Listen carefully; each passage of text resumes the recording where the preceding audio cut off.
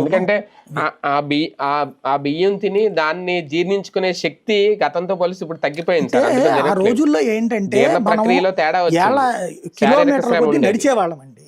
ఇప్పుడు నా చిన్నప్పుడు నేను స్కూల్లో విజయవాడలో ఇదే గుడివాడలో ఉన్నప్పుడు ఆ రైలు గేట్ దగ్గర నుంచి ఏజీకే స్కూల్ దాకా నడుచుకుని పోయేవాడిని నేను. మార్కెట్ కైనా అసలు అప్పుడు రిక్షా అనేది అసాధ్యం, డబ్బులు పెట్టుకోవాలా, ఎక్కి అంటే రిక్షా. సిటీ బస్సు ఉండేది, ఆ సిటీ బస్సు కొన్ని ప్రాంతాలకే ఉండేది, మిగతాదంతా నడుచుకుపోవడం. అనుకుంటే అంత ఛార్జీలు కూడా పెట్టుకుని అంత స్థోమత ఉండేది కాదు అప్పుడు. ఎక్కడికి పోయినా నడుచుకుంటూ పోవడం. గుంటూరులో ఎక్కడో నేను పాత గుంటూరులో ఉండేవాళ్ళం, మార్కెట్ దగ్గరికి నడుచుకుంటూ వచ్చేవాడిని నేను.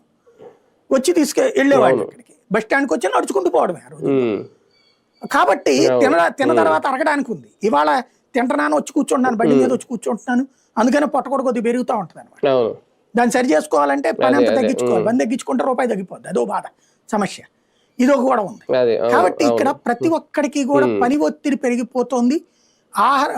ఇంకోటి ఇదివరకు ఏంటి, మా ఇంట్లోనైనా ఎవరింట్లోనైనా నూరేవాళ్ళం, రుబ్బేవాళ్ళం, తిరగలతో తిప్పేవాళ్ళం, మహిళలు ఇవన్నీ చేసేవాళ్ళు కదా.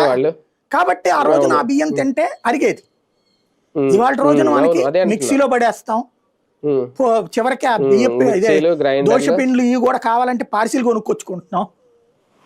తర్వాత ఈ చివరికి అదేదో ఇదివరకు వంగి ఊడ్చేవాళ్ళు, ఇప్పుడు ఇట్లాగా ఉంది. లేదా పని మనుషులు, లేదా అదేదో రోబోస్ వచ్చేసినాయి, నొక్కి పడేస్తే అదే ఊడ్చేస్తుంది.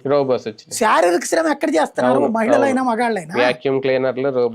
మగాళ్ళు షాపుల్లో గుమస్తాలుగా పనిచేస్తుంటే చేయాల్సిందే తప్పించి మగాళ్ళకి శారీరక శ్రమ తగ్గింది, మహిళలకి తగ్గింది. కాబట్టి తింటలేదు. కానీ ఒకటి సార్